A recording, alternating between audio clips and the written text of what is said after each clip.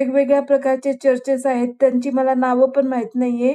पण ज्या जागेला चर्च म्हणून म्हटलं जातं किंवा जे काही बिलीव्हर लोकांचे चर्चेस असतात, जे घरांमध्ये असतील किंवा कुठे पण असो, ज्या ठिकाणाला चर्च म्हणून संबोधलं जातं, तर त्या जागेमध्ये देव त्याचं गौरव प्रगट करत आहे. त्यासाठी देवाचे आभार मानायचे आहेत. आज मी एका जागेमध्ये गेलेले असताना तिथे एक गोष्ट घडली आणि त्याच्यानुसार मला समजलं, की देवानी त्याची जे घर आहे, त्याचं मंदिर ज्याला चर्च म्हणून म्हटलं जातं, मग आपलं स्वतःचं जीवन असू दे किंवा ती विशिष्ट जागा असू दे, त्याला तो त्याच्या गौरवाने गौरवान्वित करणारा प्रभू आहे आणि तो या दिवसांमध्ये ते करत आहे. त्याबद्दल देवाचे आभार.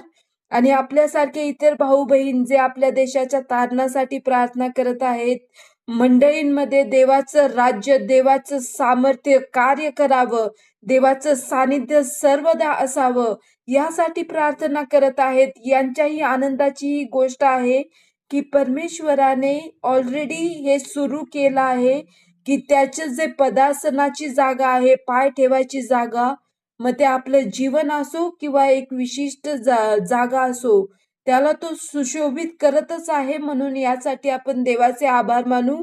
मग ते कुठलं पण चर्च असू दे, ज्या आपलं म्हणजे त्यात प्रत्येकामधून परमेश्वर रूढी परंपरा काढत आहे.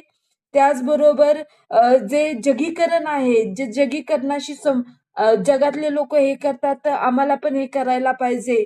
तर असं न करणारे लोक बनवत आहे देव. त्यासाठी आपण देवाचे आभार मानू. हालेलुया. रेबेसी टिके ला लाबा साटा बासाका मासी टिके लाबा जादा बाशी टिके बेरिबी जिके बिके बको. हालेलुया. धन्यवाद प्रभू परमेश्वरा, सृष्टी निर्मात्या, अद्भुत सेनाधीश परमेश्वरा, सत्य जिवंत देवा, तू सनातन राजा, तुझ्यासारखा ना कोणी होता, ना आहे, ना होईल. धन्यवाद प्रभू परमेश्वरा, तू जो युगानुयुगीचा राजा आहेस, तू थोर व भयावह उन्नत परमेश्वर, पराक्रमी सर्वसमर्थ सेनाधीश राजा, सृष्टी निर्माता